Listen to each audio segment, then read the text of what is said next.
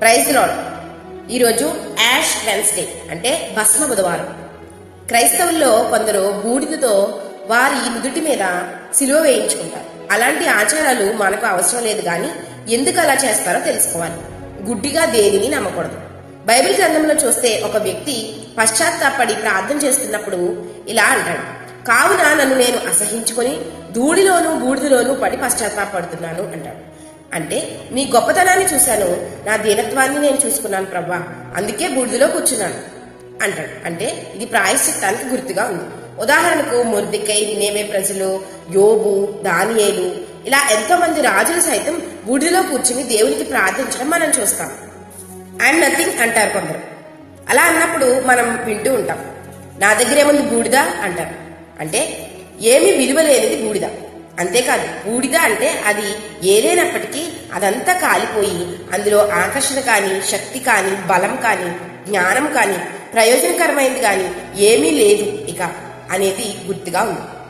మనం కూడా దేవుని ముందుకు వచ్చినప్పుడు ఏ మంచి లేదు, గొప్పతనం ఏమీ లేదు, కేవలం నిష్ప్రయోజకులం అన్న సంగతి గుర్తు చేసుకోవడానికి సాదృశ్యంగా బూడిదను వాడారు. ఇప్పుడు మనం బూడిదలో కూర్చోవలసిన అవసరం లేదు. ప్రభు కోసం ఒక నిర్ణయం తీసుకోవాలి. నన్ను నేను తగ్గించుకుంటున్నాను, నేను పశ్చాత్తాపడుతున్నాను, నన్ను ఎంతగా ప్రేమించిన ప్రభువా, నీ మాటలు ధ్యానిస్తాను, నీలో త్యాగాన్ని పూర్తిగా అర్థం చేసుకుంటాను అన్న తీర్మానంలోనికి మనం రావాలి. అలా చేయడానికి ఏ రోజైనా పర్వాలేదు.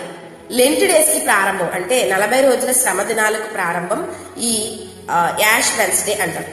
యాష్ అంటే బూడిద, భస్మము అని అర్థం. అంటే దీన్ని దుఃఖానికి, చింతకి సాదృశ్యంగా వాడతారు.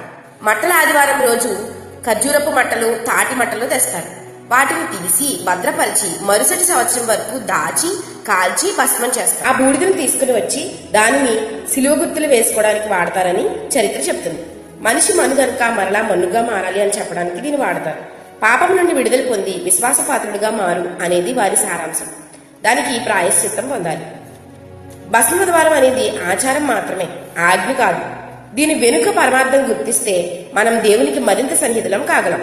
అట్టి కృప దేవుడు మనకు దయచేయుగాక. ఆమేన్.